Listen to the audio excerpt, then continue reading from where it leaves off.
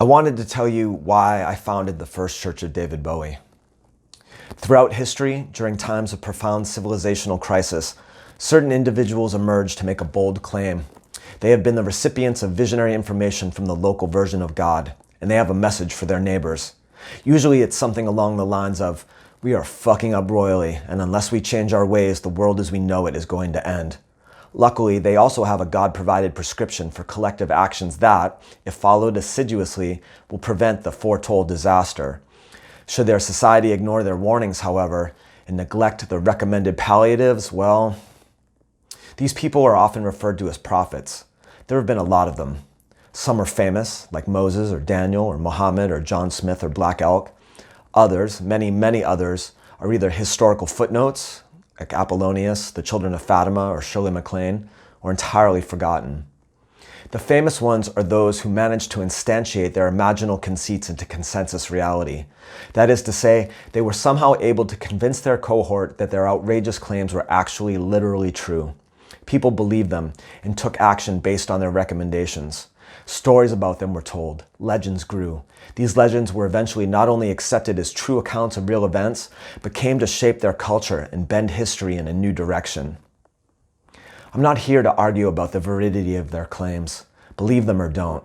It doesn't really matter, because you can't dispute the impact these odd, lonely, alienated individuals have had on the world. I'm telling you all this because these sorts of events haven't stopped just because we now live in a post-Enlightenment rationalist modernity. I guarantee you that right now, across the United States and probably the globe, there are individuals who are currently having experiences categorically similar to those of the prophets of old. This is happening because ours is a civilization in crisis on a scale unimaginable to the ancient world.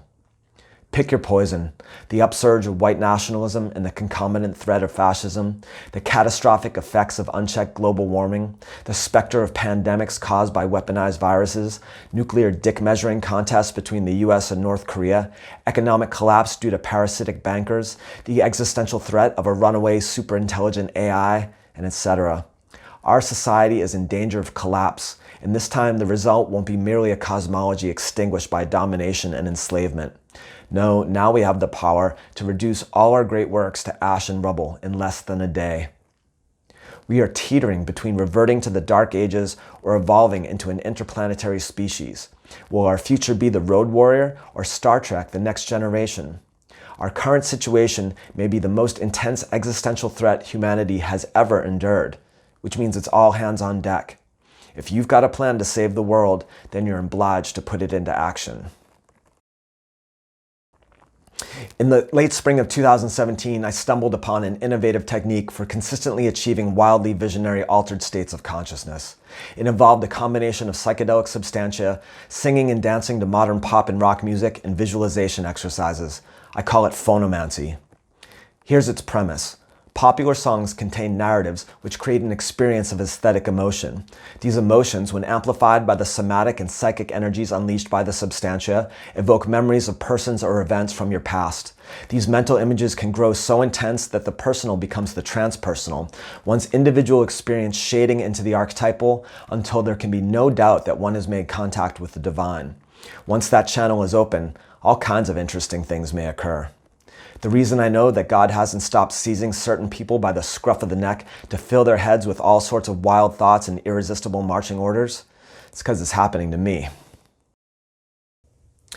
TV's Dr. Greg House said, "If you talk to God, you're religious. If God talks to you, you're psychotic." I'm going to ask you to withhold judgment on that score when I tell you that as a result of experiments with Phonomancer, I regularly receive downloads of some pretty wacky ideas from, up there. Some of those downloads detail prophetic mythos. Others have led me to develop what might be described as an experimental prototype for a religion of the future. It's a theatrical show I call the First Church of David Bowie's Shamanic Cabaret.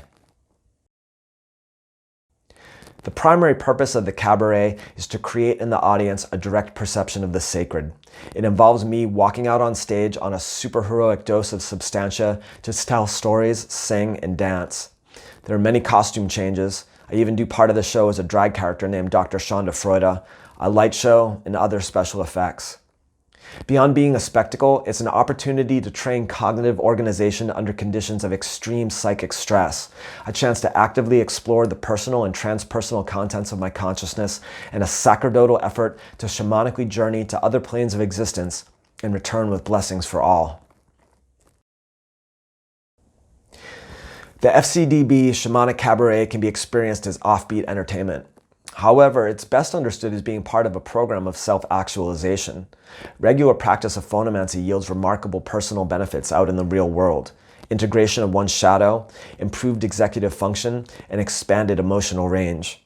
Subsidiary benefits, if my experience is any indication, may include learning to sing and dance, getting an excellent physical condition, and a quantum leap in your creative output. Another benefit is still mostly hypothetical, the creation of a community based on a brand new way for people to worship the divine together. I perform the cabaret publicly because I want to teach others how to do what I'm doing, so they can do it with me. Contingent on that is the greatest potential reward of them all.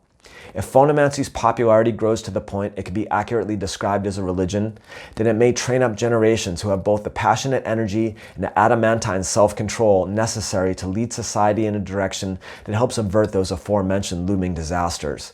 It might help save the world. One of the marks of a first-rate intellect, F. Scott Fitzgerald wrote, is being able to hold two opposing ideas in mind at the same time. Getting seized by the unconscious makes that a survival skill. For the last 18 months, I've been balancing ecstatic gratitude for revelation versus anxious suspicions of insanity.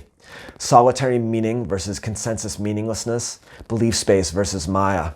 Finding a way to fully simultaneously entertain these opposite perspectives has been an interesting problem, in the sense of that ancient Chinese curse, may you live in interesting times.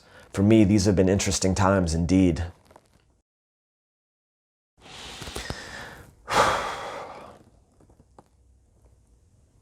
I understand that I am caught up in a fantasy. That's not enough to make me reject it out of hand, though. I also know that history is sometimes made by imaginally possessed people who manage to turn their dreams into reality. The best I can do, I think, is to cling to my sense of humor like a life preserver as I see where things go. To this point, my life has seemed unreasonably influenced by unseen forces and unlikely coincidences. There was a pattern I could dimly perceive, but couldn't make sense of. And that's changed. The experiences that led to the founding of the First Church of David Bowie have provided a context that connects. They make a case for the existence of a transcendental framework of meaning that can make bearable the painful vicissitudes of life. I invite you to come dance with us. Try out our methods. See what happens. You may find that what's been true for me may be true for you too. I'm an alligator. I'm a mama, papa coming for you. I'm the space invader. I'll be a rock and rollin' bitch for you.